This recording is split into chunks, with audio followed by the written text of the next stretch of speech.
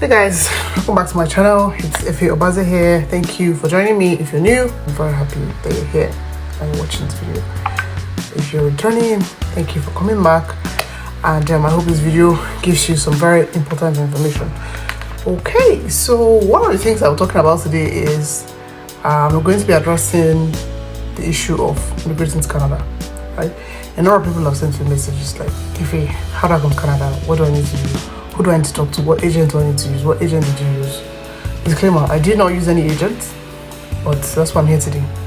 Today, I'll let you know that, number one, you don't need any agents. You don't need anybody to help you with the process. Take it from me, I mean it. As long as you went to school, as long as you can read, you can write, by all means, you can do it yourself. So, all the information that you need to know regarding how you can immigrate to Canada is in the Government of Canada website. I will put the link in the description box. Please go there. Click on it, identify what pathway that interests you, and begin to gather as much information as possible and proceed with your application. Right? To a very large extent, the instructions are very clear. It is very detailed. So what the agent would usually do is the same thing that you can do by yourself. They will still go on the website and do everything through the website because they've read it, they understand the process, then they come and tell you they're going to help you, all right, and ask you to pay something ridiculous. Whereas if you are taking the time to just study the process, you too will be able to do it yourself. Okay, that's one. Then another thing why I do not subscribe to you using any agent is I've seen agents mess people up. Yeah, it's not scary, but yes, sometimes agents are so much in a hurry or so much in a rush that they just fill out a number of things, some kind of information that may not necessarily be true, applicable to you. So I've seen agents like tell lies on people's applications, and those lies come back to haunt these people. So how these things work is whatever you said from the first day, you have to keep saying it.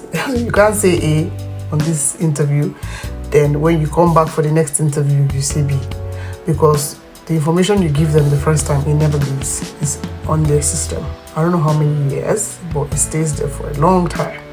So if you keep coming back and you're changing that information, they don't look at you like you're honest. And of course, you get denied. So please stay away from agents and try to do it yourself. Along the way, as you begin, you can ask questions. There are a number of groups, a number of channels that have people who are looking to immigrate, either through schooling, through PR, whatever, that are asking questions. People ask questions on these forums. You can go there as well. Ask your questions and see how best you can do things yourself, right? Than to leave it in the hands of one agent that it almost looks like you're at their mercy. Then every year they keep denying you. You're not sure why, because the agent has put something in your application that's not true, all right? The another thing I need to make mention of is when you eventually come into Canada or when you eventually start the application, let your mindset not be only on the big provinces, right? Like Toronto, Calgary, Vancouver, these places. Please, there are other smaller provinces as well. And this is not, I'm not saying this because the big provinces are not good. However, they can be a little expensive in terms of their taxes and the cost of living, right? If you go to a place like Saskatchewan, Manitoba, New Brunswick, Halifax, cost of living is reduced, right? It's not as expensive as it is in Toronto or Vancouver, right? So figure out which of these provinces you want to go to. And if you're going to go to school with them, I understand also that they have very affordable schools, right? Low cost of living. It's easy for you to get your PR there, I've heard, and it's not as terrible as we're trying to get it through the big provinces, right? Right now, inflation is at an all-time high in Canada. Everything is so expensive. I think from the time I came in till now, it feels like almost everything has tripled. Just to paint a clearer picture, when you go to the store to buy something today, there's every likelihood that when you go back tomorrow, it won't cost the same. So go to a province that pays you better, that you're not strained financially, you're not struggling to look for a job or something. Another thing, I know some people will say, oh, you won't tell them that there's cold in all these places. There's cold everywhere. There is cold everywhere. There's nowhere there's not cold too. Don't think so. Okay, maybe Vancouver. Vancouver, even if it's not cold, it rains a lot. So you really wouldn't win anyway. So just go somewhere that you can easily integrate. You can easily settle down. You can easily find a job. You can easily start moving things. BC is really nice, cute and everything, but it's expensive. Cost of living is expensive. If you think that you don't mind, you want to go through that, go ahead. But this is not to discourage you. It's just to give you the best info that would help you. The whole conversation is centered around where you're going to settle faster or how you're going to integrate a little bit quicker. Nothing stops you from moving when you get settled. You can move to BC. If you made a lot of money, you think BC is where you've always loved to go. Go to BC. If you want to go to Calgary, go to Toronto, anywhere you want to go. But just coming in, I'm saying this given the kind of financial situation that the country is in now, these other provinces might pay you better. I hope all these points would help you in terms of your decision making on where you want to go to eventually.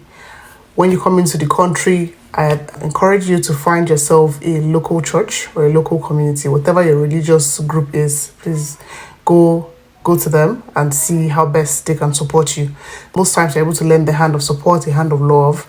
I've seen churches actually find like accommodation for people who are new coming into the country. They help them furnish the place. They help them with maybe processes on how to begin transportation and stuff, right? So you would only benefit from this if you identify yourself with your religious group, not necessarily church. If you're a Christian, I'm a Christian. If you're a Christian, go to the church. I 100% advise you to do that, right? And of course, there are a number of government resources out there that would help you settle down. When you come in, try your best to take advantage of them.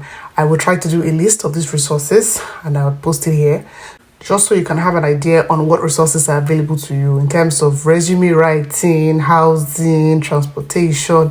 There are a number of resources. With all this I have said, I hope you're able to make better decisions on where you want to come to and how you want to immigrate. All right, please don't let anybody go lie on your application and put you in a big mess. All right, guys, I think this is where I'll stop today. Thank you for being here. Thank you for watching this video. Please don't forget to leave a comment. If there's anything that you would like us to know as well, please put it in the comment section. Don't forget to like and subscribe as well. And share this video. Share it to anybody who you know is coming and will benefit from this, okay? Thank you very much, guys. And I'll see you in the next video. Bye.